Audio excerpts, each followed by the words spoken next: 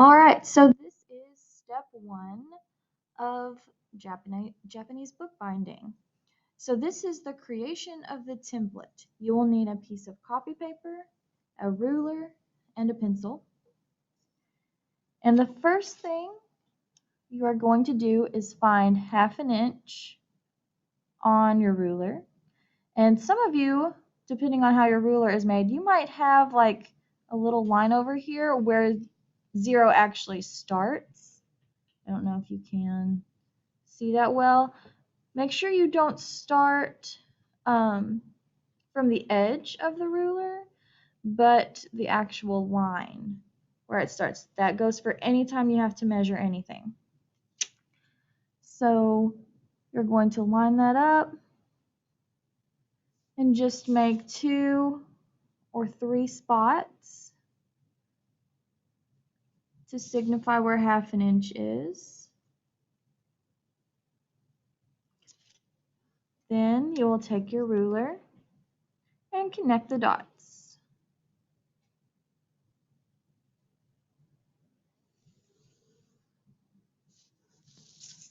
So you should have a nice straight line that's 1/2 inch for your margin on the left side. The next step, you have 2 options. You can choose to fold it 3 times or 4 times.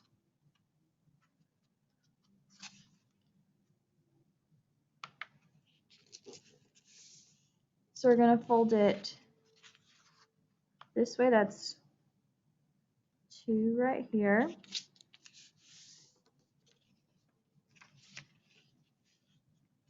Would you mind to go get a hole punch for me? And 3 times.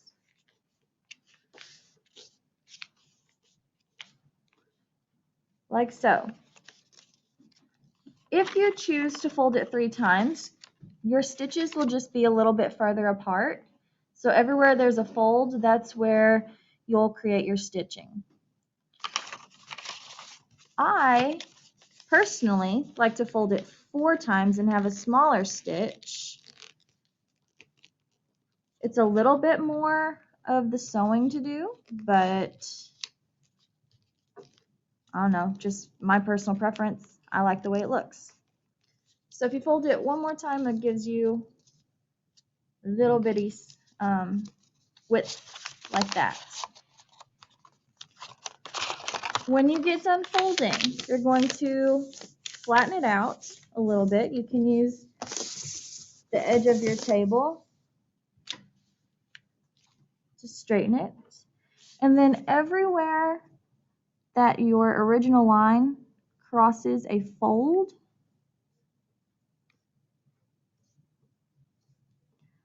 you're just going to make a dot.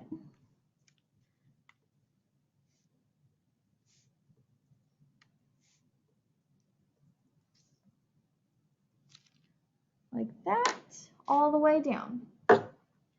Now you have 2 more options. Once again, this is the hole punch I'm going to use. It creates a very small hole, just big enough for your needle to go through. I also have regular hole punches, and some of you may have to use them until I get more of these in. So the regular hole punches are a normal size, and it'll be a little bit easier for you to like sew it together, but it also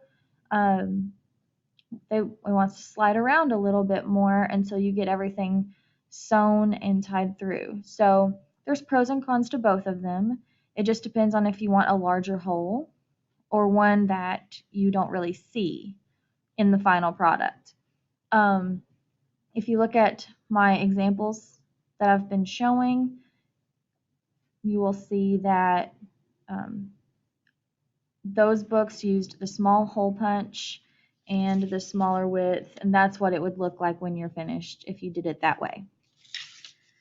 So once you have the dots, you will take your hole punch. Make sure that you put it through this part and not where the punch out part is. You want to put it between this little flap and where you can see the hole down at the bottom.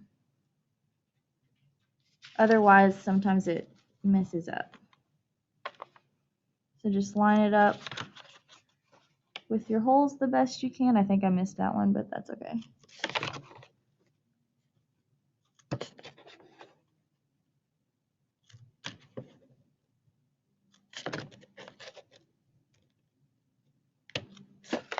And you're just going to punch all of those down the side.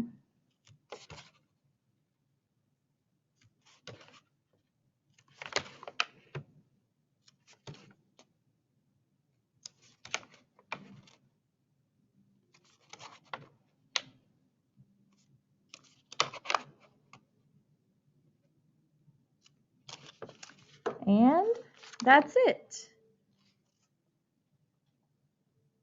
That is your template.